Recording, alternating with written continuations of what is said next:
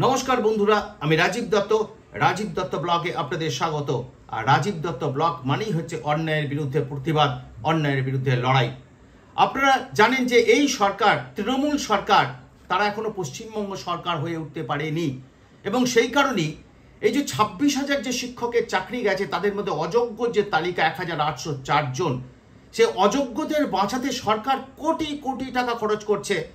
এমনকি কয়েকদিন আগে যে তালিকা বেরিয়েছে 1,804 জনের, তাদের বাঁচাতে, অর্থাৎ যারা ঘুষ দিয়ে চাকরি পেয়েছেন তাদের বাঁচাতে সরকারের ইতিবাচক ভূমিকা দেখলে সত্যি একটা অস্বস্তি করে যে সরকার যোগ্যদের কথা ভাবে না, সরকার ভাবছে অযোগ্যদের কথা। কারণ মুখ্যমন্ত্রী ঘোষণা করেছেন এই 1,804 জনের ক্ষেত্রে যারা চাকরি, যাদের অযোগ্য, যাদের ঘুষ দিয়ে চাকরি হয়েছে বা সুপারিশে চাকরি হয়েছিল, তাদের গ্রুপ সি পদে চাকরি দেওয়া যায় কিনা সেই নিয়ে সরকার আইনি পরামর্শ নিচ্ছে। ভাবুন, আর 2022 সালে যারা প্রাথমিক টেট পরীক্ষায় সফল প্রার্থী তারা কিন্তু এখনো চাকরি পায়নি। আমি আসবো এই বিষয়টায়, তার আগে আজকে আপনাদের বলি আজকে যে খবর হয়েছে যে শিক্ষক নিয়োগ দুর্নীতি নিয়ে যে সিবিআই যে চার্জশিট দিয়েছিল সেই নিয়ে 21 জনের বিরুদ্ধে আজকে আলিপুরের সিবিআই আদালত চার্জ গঠন করেছে, অর্থাৎ বিচার প্রক্রিয়া শুরু হবে কয়েকদিনের মধ্যেই। এবং সেই চার্জ গঠন করা হয়েছে পার্থ চট্টোপাধ্যায়, রাজ্যের প্রাক্তন শিক্ষামন্ত্রী, তার বিরুদ্ধে, রাজ্যের প্রাক্তন শিক্ষা দপ্তরের রাষ্ট্রমন্ত্রী পরেশ অধিকারী এবং তার মেয়ে অঙ্কিতা অধিকারীর বিরুদ্ধে। অঙ্কিতা অধিকারীকে নিয়ে চাকরি দেওয়া নেই প্রথম মামলা শুরু হয় এবং সেই তার চাকরি বাতিল করেছিলেন জাস্টিস তৎকালীন কলকাতা হাইকোর্টের বিচারপতি জাস্টিস অভিজিৎ গঙ্গোপাধ্যায়। এবং তারপরে তো এত বড় কাণ্ড দেখেছেন যে নিয়োগ দুর্নীতি নিয়ে প্রাথমিক দুর্নীতি, উচ্চ প্রাথমিক, মাধ্যমিক এবং উচ্চ মাধ্যমিক সব ক্ষেত্রে দুর্নীতি হয়েছে। সিবিআই এবং ইডি তদন্ত করছে। আজকে সিবিআই দেওয়া চার্জশিট অনুযায়ী 21 জনের বিরুদ্ধে আজকে চার্জ গঠন করা হয়েছে। এবং এটা আমি জানি না এই মামলা কতদিন চলবে, কারণ এরপরে জানেন যে বিচার প্রক্রিয়া চলবে এবং তাদের বিরুদ্ধে কি অভিযোগ সেটা আদালত শোনাবে তাদের, তারপরে সাক্ষীদের বয়ান নেওয়া হবে এবং তারপরেই জাজমেন্ট ঘোষণা করা হবে, তাদের শাস্তি ঘোষণা করা হবে। এবং আপনাদের জানিয়ে দিই যে কাদের বিরুদ্ধে 21 জনের মধ্যে পার্থ চট্টোপাধ্যায় রয়েছেন, পরেশ অধিকারী রয়েছেন, অঙ্কিতা অধিকারী রয়েছেন, সুবীরেশ ভট্টাচার্য প্রাক্তন স্কুল সার্ভিস কমিশনের যিনি চেয়ারম্যান ছিলেন, তারপরে উত্তরবঙ্গ বিশ্ববিদ্যালয়ের উপাচার্য হয়েছিলেন, কল্যাণময় গাঙ্গুলি, এরকম, তারপর মিস্টার এসপি সিনহা সহ অশোক সাহা, এদের বিরুদ্ধে সমস্ত চার্জ গঠন করা হয়েছে। এবং আজকে অত্যন্ত একটা গুরুত্বপূর্ণ খবর, যেটা যখন আজকে এই চার্জ গঠন যখন হচ্ছিল সেই সময় পার্থ চট্টোপাধ্যায় তিনি এই মুহূর্তে এই বাইপাসের ধারে একটি হাসপাতালে ভর্তি রয়েছেন। তার চক্ষু অপারেশন হয়েছে গতকাল এবং তিনি ভার্চুয়ালি কোর্টে হাজিরা দেন। এবং শুনলে অবাক হবেন, সেই পার্থ চট্টোপাধ্যায় এতদিন পর তিনি দুর্নীতির কথা স্বীকার তো করছেনই, যে তাতে তিনি তার এই দুর্নীতির দায়ভার চাপিয়ে দিচ্ছেন সুবীরেশ ভট্টাচার্য এবং কল্যাণময় গাঙ্গুলি, অর্থাৎ তিনি কিছু করেননি এমনও বলেছেন আজকে কোর্টে তিনি ভার্চুয়ালি উপস্থিত হয়ে, যে এই বিষয়ে যেহেতু এসএসসি করেছে, এসএসসি বা তাদেরই বিষয়, তারা সরকার হস্তক্ষেপ করতে পারেন না, তাই দোষটা তাদের। অর্থাৎ এটা আজকে স্বীকার করে নিলেন তিনি যে এত বড় দুর্নীতি হয়েছে, কোটি কোটি টাকার দুর্নীতি হয়েছে। এবং সেখানে জানি যে পার্থ চট্টোপাধ্যায়ের যিনি বান্ধবী অর্পিতার বাড়ি থেকে কোটি কোটি টাকা পাওয়া গিয়েছে।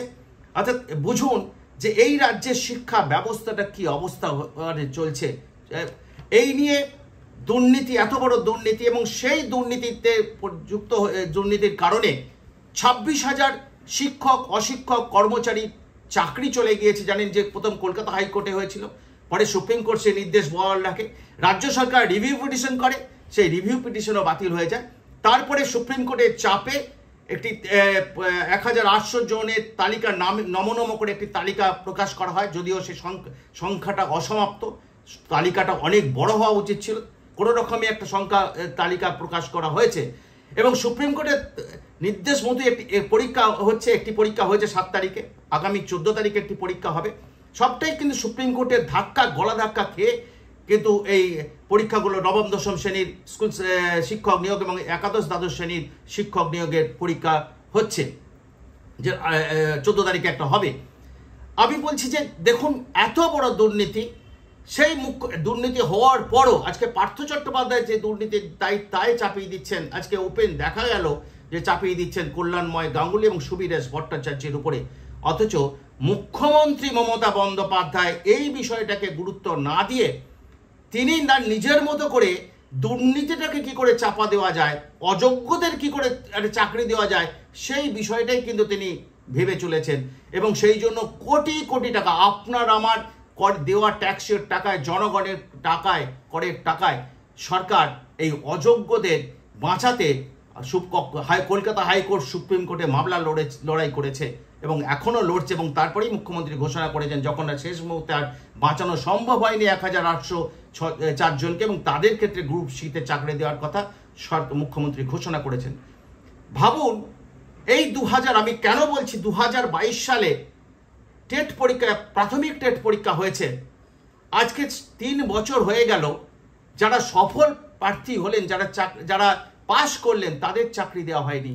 আপনি ভাবুন, যারা যোগ্য, যারা পরীক্ষায় পাশ করলো, তাদের কথা সরকার ভাবলো না। সেই অযোগ্য যারা ঘুষ দিয়েছে, কারণ এটা তো স্বাভাবিক, ঘুষ দিয়েছেন তৃণমূল নেতা নেত্রীদের, কারণ টাকা ফেরত দিতে হবে। এবং দেখছেন কিছু ক্ষেত্রে বহু জায়গায় ঘটনা ঘটছে, টাকা চেয়ে তৃণমূল নেতাদের মারধরের ছবি আমরা ভাইরাল ছবি দেখেছি হুগলির একটি ঘটনায়। তাই হয়তো ওইটা নিয়ে অযোগ্যদের বাঁচাতে এত সরকার ভাবছে।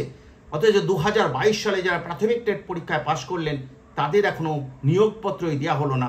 আজকে তারা পথে নেমেছিলেন এবং সেই দৃশ্যটা আপনারা অনেকে দেখেছেন যে বিধানসভার সামনে কি অবস্থা, তাদের বাধা দিয়েছে।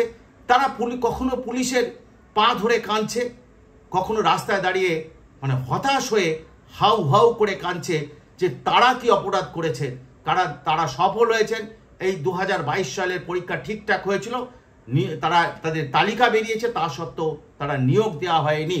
বারবার তারা সরকারের কাছে দাবি করছে, তা সত্ত্বেও কিন্তু সরকার এই নিয়ে কোনো কর্ণপাত করছে না। সরকার যোগ্যদের নিয়ে ভাবছে না, সরকার অযোগ্য দিয়ে নিয়ে ভাবছে। এটাই খুব অবাক করছে যে এই সরকার এইভাবে কতদিন চলবে? এইভাবে চলতে পারে না।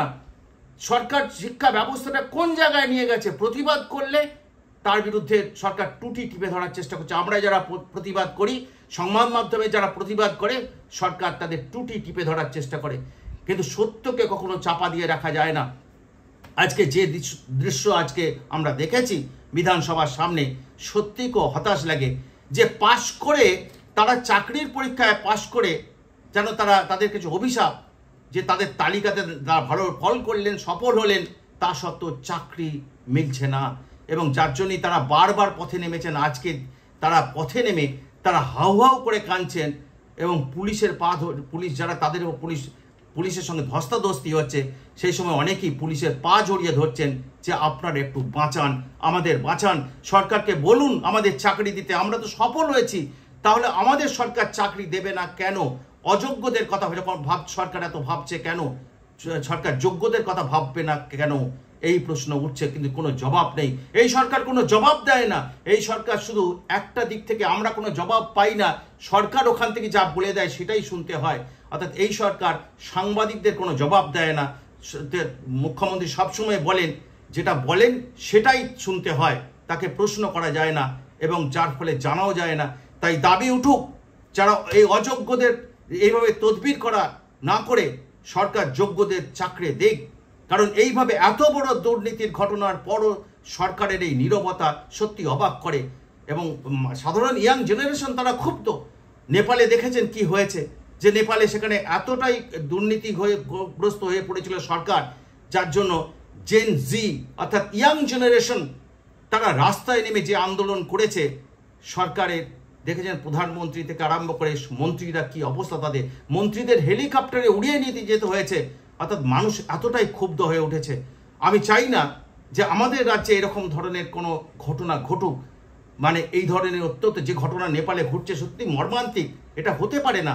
যে কিন্তু সরকারের উপরে এতটা বিতস্রত হয়ে গেছেন ওখানকার মানুষ, তার ফলেই ঘটনা ঘটেছে।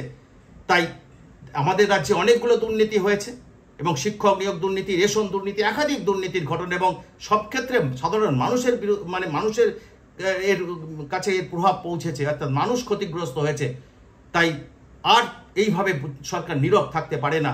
আমাদের দাবি থাকবে সরকার যোগ্যদের, এই অযোগ্যদের কথা না ভেবে যোগ্যদের কথা ভাবুক। যারা যোগ্য, যারা 2022 সালে প্রাথমিক টেট পরীক্ষা দিয়ে যারা তালিকায় যাদের নাম রয়েছে, সরকার তাদের দ্রুততার সঙ্গে নিয়োগপত্র দিক, এই আশা করব। আপাতত এইটুকুই। সকলে ভালো থাকবেন। আর শেষ করার আগে সকলকে অনুরোধ করব যে আমার চ্যানেলটি লাইক, শেয়ার, কমেন্ট এবং সাবস্ক্রাইব করবেন, আমাকে এগিয়ে যেতে সহযোগিতা করবেন। ধন্যবাদ।